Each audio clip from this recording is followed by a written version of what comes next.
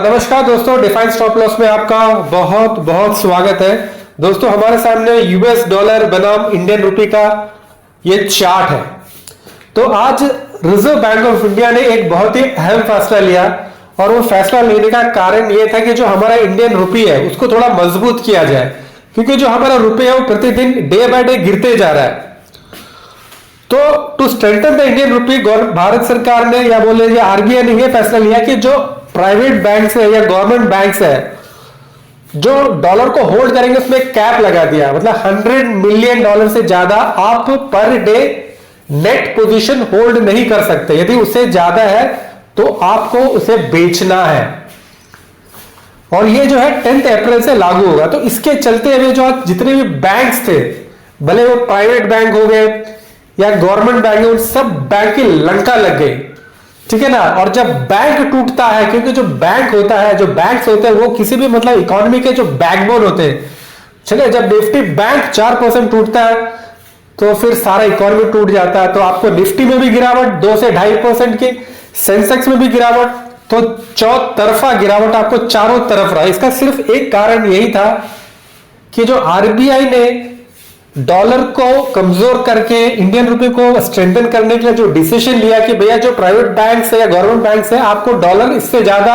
आप होल्ड नहीं कर सकते और यदि आपके पास है तो आपको उसको बेचना है। तो जब डॉलर बिकेगा तो हमारा रुपए स्ट्रेंथन होगा। तो इसके चलते हुए बैंक्स के मतलब आज पूरी तरीके से धुलाई हो चुकी है। और जो सरकार चाहती थी कि रुपए को मतलब स्ट्रेंथन किया जाए, ठीक है ना, वो उसको नीचे तक तो लेके आई। आप देखोगे 93 तक डॉलर आ चुका था, मतलब डॉलर मतलब कमजोर जरूर हुआ था लेकिन सस्टेन नहीं कर पाया। फिर वो आके और फिर ये ऊपर हायर लेवल में आके क्लोज दिया, मतलब अभी 94.62 में ट्रेड कर रहा हो। तो आज का जो एक्सीडेंट ऑफ द डे आप कह सकते हो, जो एक्सीडेंट ऑफ द डे थे हमारे जो बैंकिंग स्टॉक्स, बैंकिंग सेक्टर के स्टॉक्स। और इसका कारण यही है कि जो आरबीआई के द्वारा लिया गया डिसीजन, आरबीआई चाहती थी कि जो हमारा रुपए स्ट्रेंथन हो और डॉलर कमजोर हो, लेकिन इस एक्शन लेने के बावजूद हो नहीं पाया क्योंकि जो ऑयल प्राइसेस है वो कंटिन्यूस बढ़ते जा रहे हैं। एफआईआई इसको कंटिन्यूस सेल कर रहे हैं। तो इसके चलते हुए आपको अभी भी डॉलर में कमजोरी नहीं दिखाई दे रही है। फिर डॉलर ने रिकवर कर लिया, कमजोर जरूर हुआ थोड़ी देर के लिए। यहां पे आप चार्ट में देख सकते हो, ये यहां तक गया, 93 तक गया, फिर उसने रिकवर कर लिया।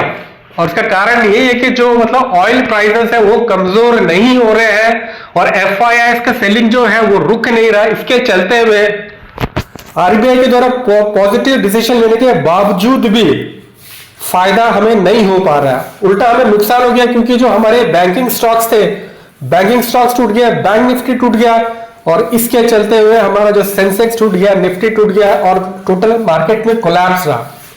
तो ये तो एक्सीडेंट ऑफ द डे यही है दोस्तों। तो दोस्तों आज के लिए फिर हम इतना रखते हैं दोस्तों, फिर कभी किसी वीडियो मिलेंगे, तब तक के लिए धन्यवाद, शुक्रिया। अपना ख्याल रखिए और अपनों का भी ख्याल रखिए।